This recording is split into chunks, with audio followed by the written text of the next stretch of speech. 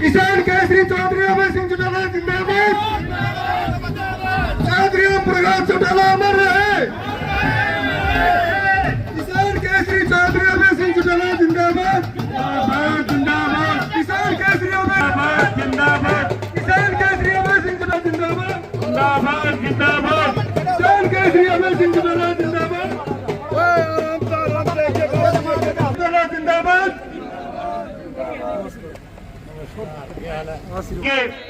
राष्ट्रीय अध्यक्ष का स्वागत करे, सत्कार करे भाई हनुमान पहलवान जी। थोड़ा साइड में लो भाई। सबसे पहले मैं एक बार सारे भाइयों ने व्यवस्था के बारे बनाओ नियम से। सारे भाई कुर्सियां पर बैठ जाओ भाई, जो साइड में है भाई सारे वहाँ स्टेज के बराबर में ना खड़े रहे। ये जनता सीएम बढ़ा के छोड़ेगी और हमारा भी उसमें कुछ सहयोग हो। और जितने भी पदाधिकारी जज्जर जिले के सबका भाईचारे का हार्दिक स्वागत करता हूँ। वार्ड पर पूछने पर और भाइयों भाईचारा सारा एक व्यवस्था बना लो भाई। मैं फिर ये बात तो हूँ, एक व्यवस्था बना लो। पार्टी है, आपको पता है हमारी सबसे पुरानी पार्टी हरियाणा में ताऊ देवीलाल की पार्टी है। जननायक चौधरी देवीलाल आईएनएलडी पार्टी। आप सब ने इस पार्टी का मिलकर समर्थन करना है। और यहाँ बहुत सारे भाई ज्वाइन करे हैं पार्टी।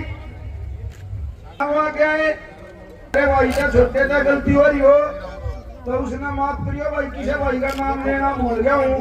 और सारे भाई उनका भी मैं बहुत आभारी। समस्त लाडपुर गांव को राम राम और सभी बुजुर्गों को, नौजवान साथियों को 20 तारीख को दिखाई लग जाएगा। तो भी जो रिजल्ट आने वाला है 25 को सबको पता लग जाएगा कि हरियाणा में कितना बदलाव आ चुका है। और 2029 में हमने हरियाणा का मुख्यमंत्री बनाएंगे। और हनुमान ने मेरा इतना साथ दे दिया। जब मैंने हनुमान से बात की तो हनुमान ने बोला मंजित भाई तुमने ये फैसला ले लिया था, लड़ाई तेरी अकेले की नहीं है भाई, ये लड़ाई मुख्यमंत्री अकेला था, ये छोटी लड़ाई बना भाई। हमने तो चौधरी अमर सिंह चौटाला को मुख्यमंत्री देखना हमारी देश की सोच है। और हनुमान ने मेरा इतना साथ दिया। और भी मैं जब यात्रा के दौरान गांव में गया तो लोगों ने मुझे बताया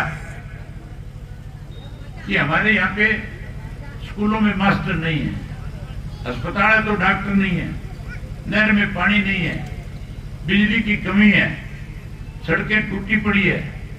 और उसके साथ साथ लोग खुल के कह रहे थे कि हमने तो 2019 में सत्ता से बाहर बीजेपी को कर दिया, लेकिन अब की बार जब चुनाव आएगा तो फिर जिन लोगों ने बीजेपी की सरकार बनाई उन लोगों को सबक सिखाने का काम करेंगे।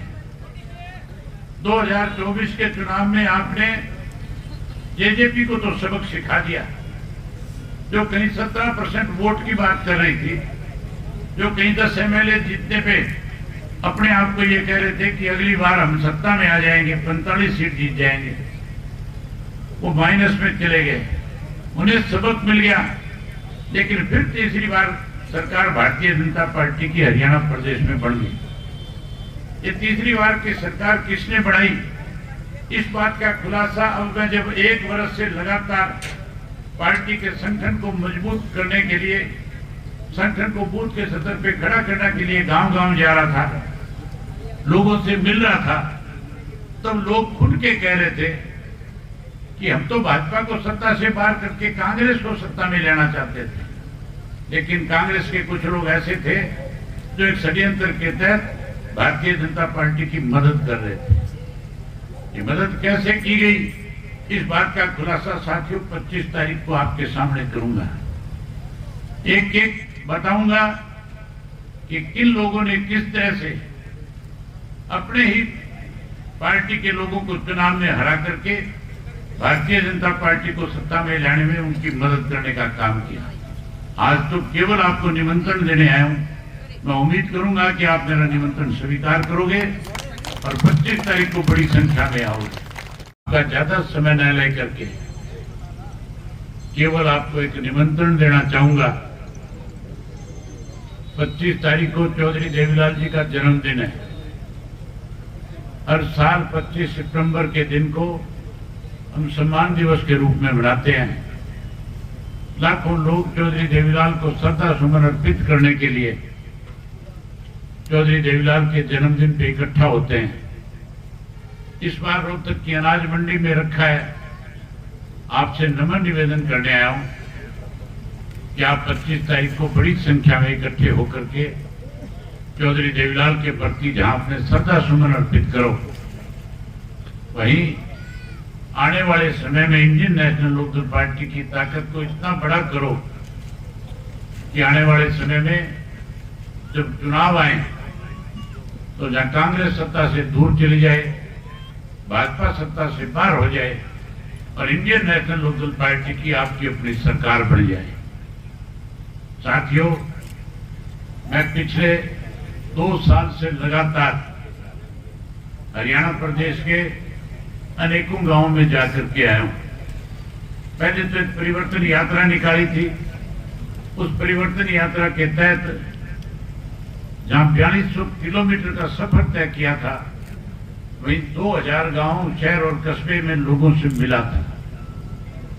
जब लोगों से मिल रहा था तो लोग बड़ा खुल करके एक बात बता रहे थे कि हमने भारतीय जनता पार्टी को सत्ता से 2019 में बाहर कर दिया था,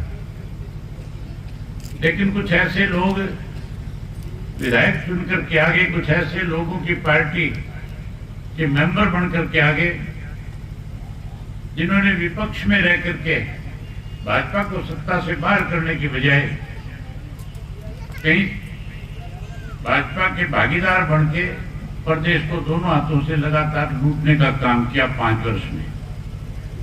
साथियों, आपको याद होगा एक जननायक जनता पार्टी के नाम से एक नया राजनीतिक दल का गठन किया गया था।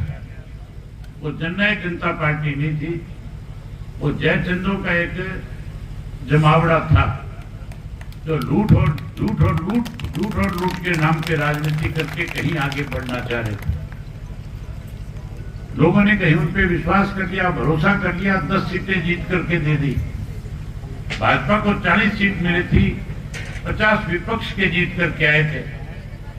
असूलन तो सरकार विपक्ष की बननी चाहिए थी, लेकिन 10 जो जीत करके आए थे, जो ये कहते थे हम चौधरी देवीलाल की नीतियों को आगे बढ़ाएंगे, उन्होंने चौधरी देवीलाल की नीतियों को आगे बढ़ाने की बजाय साथियों भाजपा के साथ हाथ मिलाया और सत्ता में शामिल हो गए। 75 पार का नारा जो दे रही थी बीजेपी, कह रहे थे 75 पार को जमुना पार करेंगे। जमुना पार करने के बजाय चौधरी देवीलाल की नीतियों को गिरवी रख दिया, सत्ता में शामिल हो गए और 5 वर्ष तक दोनों हाथ से इस प्रदेश को लूटने का काम किया। अनेक घोटाले हुए। अगर एक एक का जिक्र करूंगा तो बहुत लंबा समय लग जाएगा। सबसे पहले धान का घोटाला किया। नमी के नाम के ऊपर किसान की जेब से 250 से 300 रुपए पर क्विंटल के हिसाब से निकाल लिए गए। धान के घोटाले के बाद जब कोरोना काल आया तो शराब का घोटाला किया और उस कोरोना काल में उस वक्त में शराब का घोटाला हुआ साथियों, जब एक से दूसरा व्यक्ति एक से दूसरे के घर में जाने से भी कतराता था। रिश्तेदार टेलीफोन पे तो पूछ रहे थे कि सब ठीक ठाक है, लेकिन कोई किसी के घर पे दरवाजे पे जाकर के उस तक पहुंच नहीं कर पा रहा था। सारे रास्ते बंद थे, सड़कें बंद थी, व्हीकल बंद था, स्कूल कॉलेज बंद हो गए थे, इंस्टीट्यूट बंद हो गए थे। लेकिन शराब की कोई कमी नहीं थी। उस दौरान भी शराब शरेआम मिला करती थी। हजारों करोड़ का शराब का घोटाला हुआ, फिर रजिस्ट्री का घोटाला हुआ। रजिस्ट्री के बाद जोड़ की खुदाई और सफाई के नाम पे घोटाला किया गया। पढ़े लिखे नौजवान बच्चों को पेपर भरवा करके पैसे उनकी जेब से निकाल करके पेपर लीक घोटाला करने का काम किया। यहां तक जो सरकारी दवाइयां कोरोना के वक्त में खरीदी गई, उसमें 450 करोड़ रुपए सत्ता में बैठे लोग डकार गए।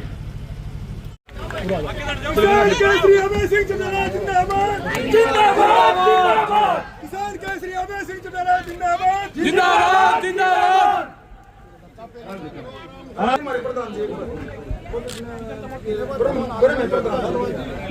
आदरणीय राष्ट्रीय अध्यक्ष किसान केसरी अभय सिंह चौटाला जिंदाबाद जिंदाबाद।